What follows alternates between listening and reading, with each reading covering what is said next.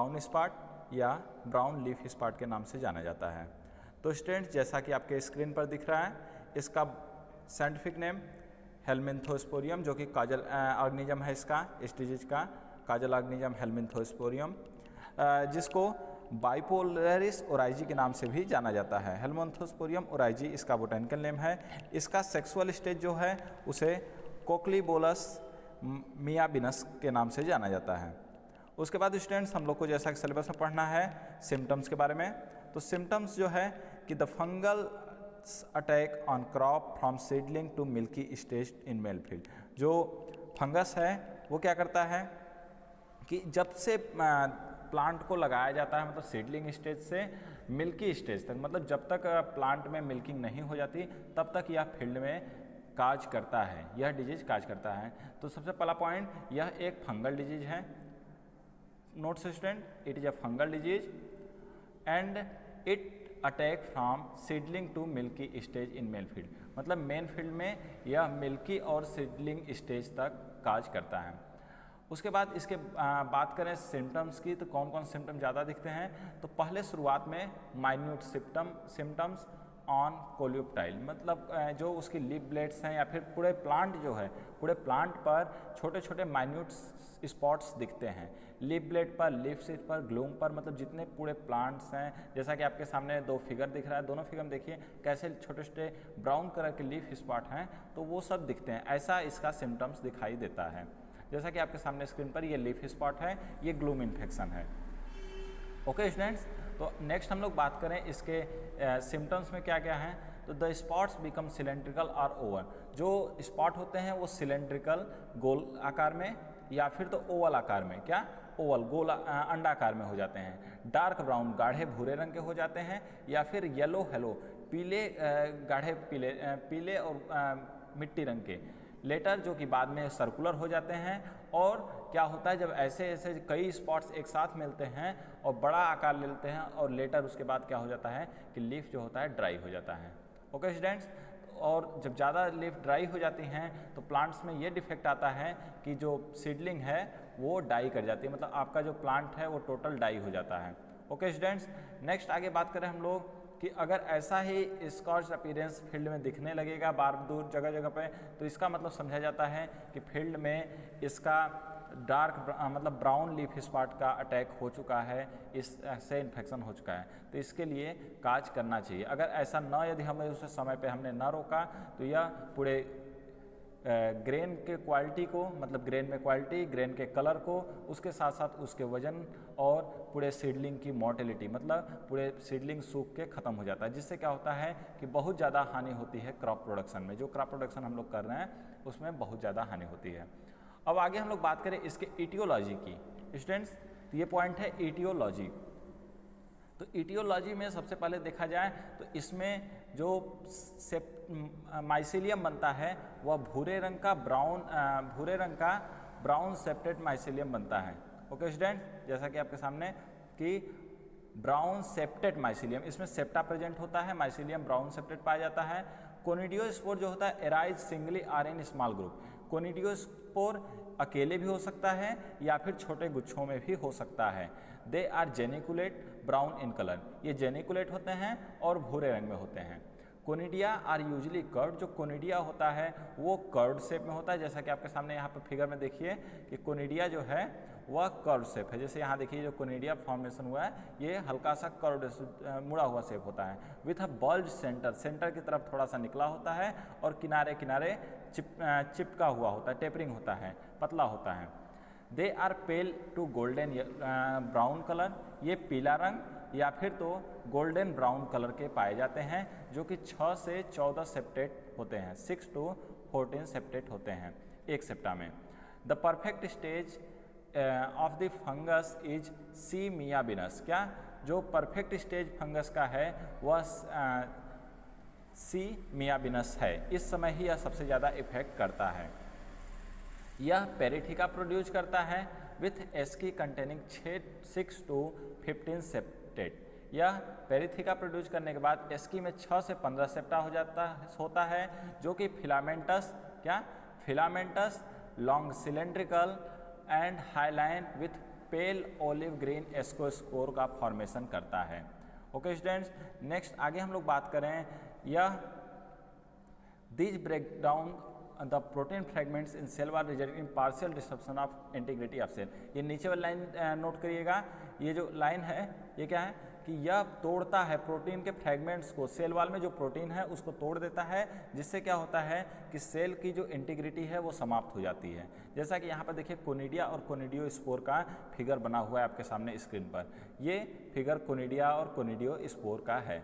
आगे स्टूडेंट्स इसमें हम लोग देखें कि इसके फेवरेबल कंडीशन, मतलब कौन से कंडीशन में ये ज़्यादा काज करता है, काज ज़्यादा हो जाता है। तो सबसे पहला फेवरेबल कंडीशन जो है वह है temperature of 25 to 30 degree Celsius, मतलब 25 से 30 डिग्री सेल्सियस टेम्परेचर होना चाहिए, और जब रिलेटिव ह्यूमिडिटी 80% से ज़्यादा होती है तो ये कंडीशन इस डिजीज़ के काजल ऑर्गेनिज्म के लिए बहुत ज़्यादा फेवरेबल होती है, जिसमें क्या करता है, यह काज करता है।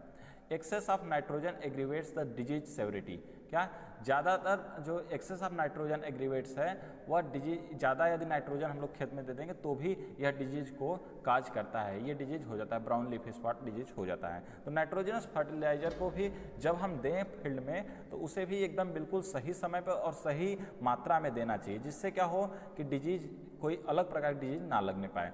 जैसा कि डिजीज साइकिल की इसके बारे में बात करें तो इसमें जो डिजीज साइकिल है, infected seed and disturbance are most common source of primary infection, मतलब शुरुआती इन्फेक्शन होने के लिए इन्फेक्टेड सीड, पहले से अगर सीड ही इन्फेक्टेड होगा या फिर तो खेत में पड़ा हुआ जो कूड़ा करकट है पहले का पिछले साल का, यदि वो रहेगा तो उसकी वजह से यह होता है। इसमें आगे हम लोग बात करें तो कोनिडिया जो प्रेजेंट होता है are infected and mycelium is infected tissue. जो कोनिडिया और माइसीलियम है अगर इन्फेक्टेड है तो यह 2 से 3 साल तक कहीं भी रह सकता है, विएबल रहता है, मतलब नॉर्मली पड़ा रहेगा तो भी 2 से 3 साल तक आसानी से जी सकता है। एयर बॉर्न कोनिडिया होता है, मतलब कि एक फील्ड से दूसरे फील्ड में आसानी से चला जा सकता है, तो इसलिए इसे ध्यान देना चाहिए। यहाँ पर आपके स्क्रीन के सामने एक साइकिल है, साइकिल क्या दिखा रहा है कि पहला इस यहाँ देखिए फर्स्ट पॉइंट में कि जो स्पोर है, क्या ये spore germinates and infect the plant leaves on panicles. पहले प्लांट पर मान लीजिए किसी तरीके से स्पोर पहुंच गया, मिट्टी से या हवा से या फिर सीडलिंग से पहुंच गया, तो वो क्या करेगा, उस पर काज करेगा, उसके अंदर चला जाएगा, और उसके अंदर जब चला जाएगा तो डिजीज क्या करेगा, प्लांट में ही डेवलप होने लगेगा, लीफ में ही डेवलप होने लगेगा, वहाँ पर स्पॉट दिख जाएगा, स्पॉट से वो काज करके वहाँ कोनिडिया का फॉर्मेशन करेगा। फिर उसके बाद देखिए यहाँ पे ग्रेन में चला जाएगा। अब अगर वो ग्रेन में चला गया तो ग्रेन भी disease transmitted by infected seed में चला गया। सीड को जब जर्मिनेट होगा तो जर्मिनेटेड सीड से क्या होगा कि नया जो सीडलिंग होने वाला है तो उसमें अब काज कर जाएगा। तो नया सीडलिंग में जब डिजीज काज कर गया तो वहाँ पर फिर वो लीफ स्पॉट बनाएगा और वहाँ कोनिडिया और कोनिडियोस्पोर का फॉर्मेशन होगा, और वहाँ से इस तरीके से डिजीज का हमेशा एक दूसरे साइकिल चलता रहता है, और यह डिजीज फील्ड टू फील्ड हमेशा एक दूसरे पर काज करता रहता है।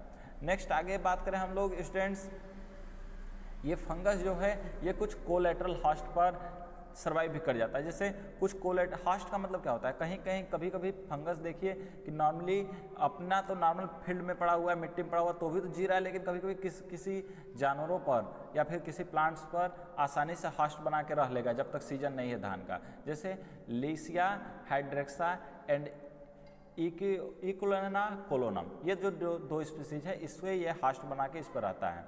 और brown spot fungus is normally present in area which है large history of rice culture. Brown spot जो है यह उस एरिया में ज़्यादा पाया जाता है जहाँ पर राइस पहले से हमेशा से बुआई की जा रही है। एयर स्पोर जो होता है वह इन्फेक्टेड डेब्रिज से और पुराने दाग धब्बों से अगर है तो उससे भी काज कर जाता है। नेक्स्ट आगे हम लोग बात करें इसके थोड़ा सा इंट्रोडक्शन की, मतलब कि इसका इम्पोर्टेंस क्या है। तो जैसा कि हमें पता है कि यह डिजीज पूरे वर्ल्ड में जहाँ जहाँ पर धान की या पैडी की या राइस की खेती की जाती है वहाँ पर होता है। इंडिया की बात करें तो इंडिया में भी जहाँ जहाँ पर धान की खेती हो रही है वहाँ पर यह डिजीज ज़रूर देखने को मिलता है। इसी के साथ साथ यह डिजीज पहली बार मद्रास में देखा गया था 1918-19 में, और यह डिजीज 1942-43 में बंगाल में फेमाइन का कारण बना था। बंगाल में महामारी का कारण बन गया था यही डिजीज। क्यों? क्योंकि वहाँ पर बिल्कुल पूरा क्रॉप को ही समाप्त कर दिया था, जिससे कि भुखमरी फैल चुकी थी, तो ये काज किया था। इसके अब हम लोग मैनेजमेंट की बात करें कि मतलब इसकी रोकथाम कैसे कर सकते हैं, कंट्रोल कैसे कर सकते हैं, तो सबसे पहला जो रोकथाम है वो हम लोग कर सकते हैं फील्ड सैनिटाइजेशन या रिमूवल ऑफ कोलेट्रल हॉस्ट और infected debris from the field.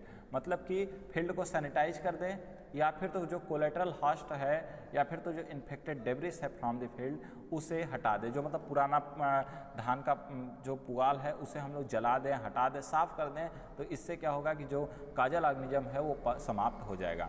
Next point है use of slow releasing nitrogenous fertiliser is advisable. मतलब ऐसी फर्टिलाइजर को हम लोग यूज करें जो बहुत धीरे धीरे नाइट्रोजन को रिलीज करे। एक नाइट्रोजन को रिलीज कर देगा तो ये डिजीज काज करने का चांस हो सकता है।